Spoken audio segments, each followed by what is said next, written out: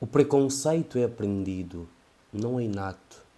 Parece-me que a escola da vida, em função do contexto as pessoas crescem, tem ensinado muitas vezes e de maneira muito eficaz as pessoas a serem preconceituosas, a tratarem as outras em função da sua percepção distorcida na relação com o outro.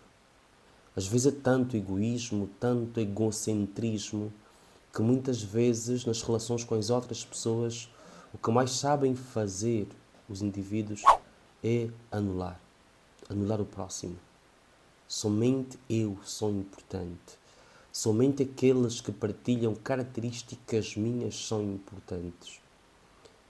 Nós temos acompanhado muitas vezes, e sobretudo nos últimos tempos, casos de indivíduos, normalmente homens, indivíduos do sexo masculino, que as outras pessoas, as mulheres, no caso, e muitas vezes mulheres com uma vulnerabilidade patente, mais pobres, mais inseguras, menores de idade, com menor instrução, com menor cultura no sentido de literacia em relação àquilo que são os seus direitos e o que pode vir a fazer para se poder proteger, enfim, entre tantas outras características. E é verdade que muitas vezes, porque nós temos uma postura muito marcada pelo patriarcado, pelo machismo, entre entre tantos outros ismos que na verdade não facilitam o ismo do humanismo, encaramos para as coisas impávidos e serenos. Talvez até tenha exagerado, mas muitas vezes não se faz necessariamente aquilo que é necessário fazer para repor a justiça e para defender as pessoas que são oprimidas, de modo muito especial as mulheres, as moças, as meninas. Há dois casos muito particulares que fui acompanhando nos últimos dias, talvez nos últimos 3 dias, não sei.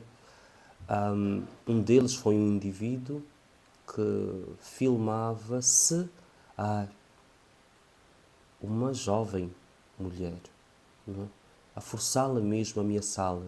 E pelo que se pode perceber, espero estar errado, à medida em que não tenho detalhes do caso, sei neste preciso momento que o indivíduo já foi detido, mas não há detalhes deste mesmo caso. Mas que se lhe podia perceber, ele tinha um domínio total sobre a jovem mulher. Até parece que já há um histórico e que ele representa, de facto, um perigo para aquela menina, tanto que ela teve que ir cedendo, obedecendo a absolutamente tudo. E mais recentemente, porque tudo indica, eram indivíduos ligados à Polícia Nacional de Angola e que tinham feito praticamente refém uma menina e estavam lá eles a torturá-la, não é? Praticamente a agir contra ela em função de todas as violências existentes e possíveis. Por que essas pessoas fazem isso? Fazem isso muitas vezes porque às vezes não é uma questão simplesmente sexual. Não, às vezes não é isto. Às vezes não é isto. É mesmo outras perturbações que os levam, por exemplo, ao desejo de poder controlar, de poder dominar, de poder exercer a autoridade sobre a sua própria vítima. Então utiliza-se do sexo para poder materializar essa necessidade que tem de controlar, de ter um controlo total sobre aquela mesma pessoa. Mas é claro que há muitas vezes fatores psicológicos, fatores sociais. Afinal de contas, como dizíamos no princípio, há aqui o evento da misoginia. há pessoas que, em função das mais variadas circunstâncias, claro que muitas delas psicossociais, não têm uma relação positiva com o feminino. Saberemos nós, dependendo de cada um dos casos, o que está por trás disso. Mas odeiam mulheres. Ou pensam que a mulher seria um objeto a ser maltratado, a ser odiado. É claro que alguns têm certos estresses, ou porque foram rejeitados por mulheres, ou porque simplesmente ao longo do seu processo histórico tiveram alguma relação negativa relação negativa com certas mulheres, queria dizer.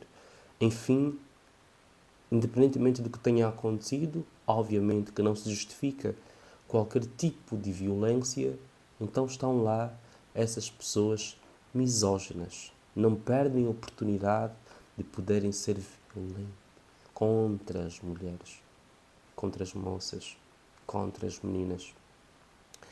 Há também indivíduos que têm uma certa história de violência.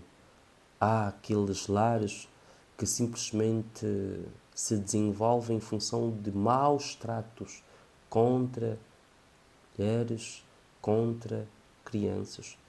E há indivíduos que, de maneira muito deturpada e corrompida, se vão desenvolvendo, vão crescendo, pensando que sim, a mulher é como se fosse um objeto para dar socos, para dar pontapés, para cuspir, para humilhar.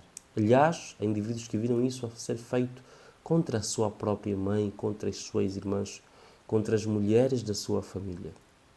E somando a outros fatores, e lá estão eles hoje, os da atualidade, os violentos da atualidade. E prontos, de qualquer forma, existe uma certa distorção sobre o consentimento. Aliás, pode-se perceber da opinião de algumas pessoas é que não pode ser.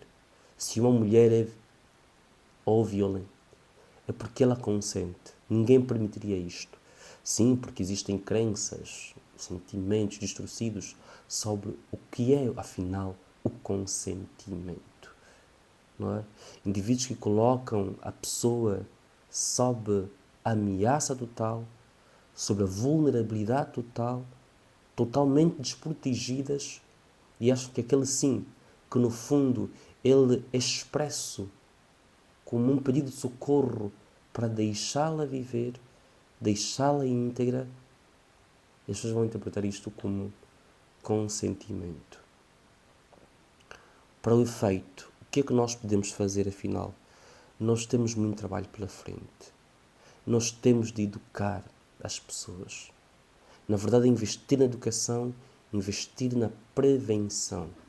As pessoas têm que ser educadas a respeitar-se a si mesmas e a respeitar as outras pessoas. As pessoas têm que compreender que existem valores no outro que são inegociáveis. A pessoa tem que amar o próximo. A pessoa tem de respeitar a outra pessoa. Na verdade, tem de respeitar os direitos humanos de outrem. Tem de respeitar a dignidade da outra pessoa. A nossa educação não pode ser aquela que simplesmente fica confinada na escola. As pessoas têm que ser educadas aos valores. As pessoas têm que perceber que a empatia é necessária. A empatia é uma arma, é um instrumento que nos humaniza todos os dias. Você tem de não fazer ao outro aquilo que você não gostaria que fizessem a si mesmo. Aliás, esta é uma lição da escola da vida, que muitas vezes é repetida, mas as pessoas têm que perceber que isto tem que ser absorvido. Tem que, de facto, haver uma educação moral e cívica. Tem que, de facto, haver uma educação aos valores, como já disse, mas uma educação para o amor. E é fundamental que também exista prevenção para todos os males. Tem que chamar a atenção no lar, nas famílias, nas escolas, nas igrejas, nos hospitais. É muito importante trabalhar este sentido. A dimensão da sexualidade e do sexo. a importância da liberdade, da necessidade, da vontade e da razão também, quando nós temos que pensar a nossa própria sexualidade. Para que não me alongue muito, gostava de dizer que é importante também a responsabilização. Os indivíduos que cometem este tipo de prática têm de facto ser responsabilizados, porque normalmente fazem isso com uma liberdade tal que até extravasa e passa a ser libertinagem, e que pelo ato em si, feito com muita vontade, com muita liberdade, de prejudicar a outra pessoa, de maltratar a outra pessoa, de diminuir a outra pessoa, de humilhar a outra pessoa, de reduzir a outra pessoa a objeto sem valor, é fundamental que percebam que, assim como manifestam este ato de liberdade, também é necessário serem responsabilizados. E quando estamos a falar em responsabilização, nós estamos a falar de que eles têm que ter que compreender que têm de passar a ouvir a sua consciência primeiro. Porque a consciência ordena cada um de nós a fazer o bem e a evitar o mal. Quando fazemos o contrário, já é um jogo consciente da nossa própria liberdade, da nossa própria vontade. E por isso temos de ser responsabilizados. E estamos aqui também a fazer referência a uma justiça eficaz, tem de funcionar. Essas pessoas têm de ser encontradas rapidamente. A investigação tem que ser mesmo rápida, não é? E muito mais do que isso, as punições nestes casos têm que ser constantes e têm que ser públicas. As pessoas têm que entender. Do mesmo jeito que as pessoas têm contacto com esse tipo de casos, têm que também saber quais foram afinal, as punições que essas pessoas tiveram acesso. Isto é muito, mas muito importante. E não nos esqueçamos de uma coisa que também é fundamental: apoiar as vítimas. Nós temos uma população vulnerável, as pessoas estão desprotegidas, as pessoas vivem deitadas, largadas à insegurança. Não há nada que proteja de maneira significativa uma grande maioria das nossas populações. Não é? As meninas, por exemplo, são vítimas da miséria, da pobreza, do dificílimo acesso à escola, à escolaridade, mesmo tendo o direito à educação, mas também à saúde física, emocional, psicológica, se quisermos, saúde social, saúde espiritual. As pessoas não têm acesso a isto, ou é difícil o acesso a isto, não é? As pessoas têm direito à cultura, à informação, mas estamos aí largados, não existem programas sérios e à medida da necessidade para que todos possam usufruir de educação, de saúde, de cultura, de segurança, não é? Enfim, oxalá nós tenhamos esse quadro mudado nos próximos tempos. Estamos juntos, um forte abraço, até breve. Saúde mental e poder.